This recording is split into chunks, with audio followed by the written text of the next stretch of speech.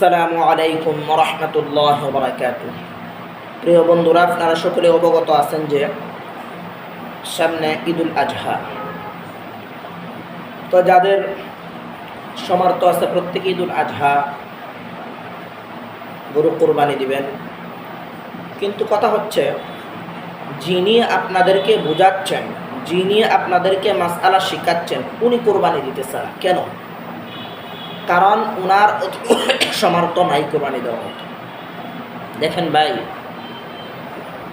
এই পৃথিবীতে নাফিদ, চুল কাটার নাফিদ থেকে নিয়ে যত বড় বিজনেসম্যান আছে প্রত্যেকেরই ঈদ বোনাস আছে। কিন্তু ওই হুজুররা বেতন দেন মাত্র ৩,০০০ টাকা, ৪,০০০ টাকা, ৫,০০০ টাকা। সে কোরবানি কীভাবে দিবে? সে তো নিজের সংসারে চালাইতে হিমশিম খায়।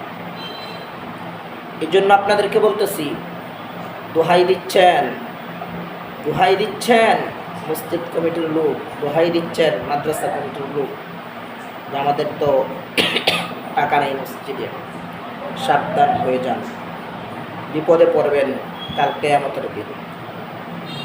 আপনার মাসে ৫ লাখ টাকা পেয়েও, ১ লাখ টাকা পেয়েও চলতে অনেক কঠিন হয়। কিন্তু একজন হুজুর কেমনে চলে? বরকত আছে হুজুর আপনার টাকায়, এটা বলে বলে হুজুরকে ধোঁকা দিচ্ছেন। এই ধোঁকা শুধু দুনিয়াতে ওনাকেই দিতে পারতেছেন, কিন্তু আখিরাতে কাউকে দিতে পারবেন না। আর আপনাদের উদ্দেশ্যে বলতেছি, যাদের সমর্থ আছে আপনারা শুধু খালি যে মসজিদ মাদ্রাসা নিয়ে থাকবেন এরকম না, যা পারবেন তাই করবেন। মানুষের কথায় খান দিবেন না ভাই। মানুষ আপনার পেটে ভাত না থাকলে মানুষ একটু ভাত দিবেন। আজকে যে আপনাকে অনেক সম্মান করতে ভালোভাবে কথা বলতেছে হুজুর এই সেই আপনাকে বাস দিবে একদিন। একটু তার স্বার্থের ব্যাঘাত ঘটলে সে আপনাকে বাস দিবে। ভাই এই জন্য বলি, নিজের চিন্তা নিজে করেন, অন্যের কথায় কান দিয়েন না।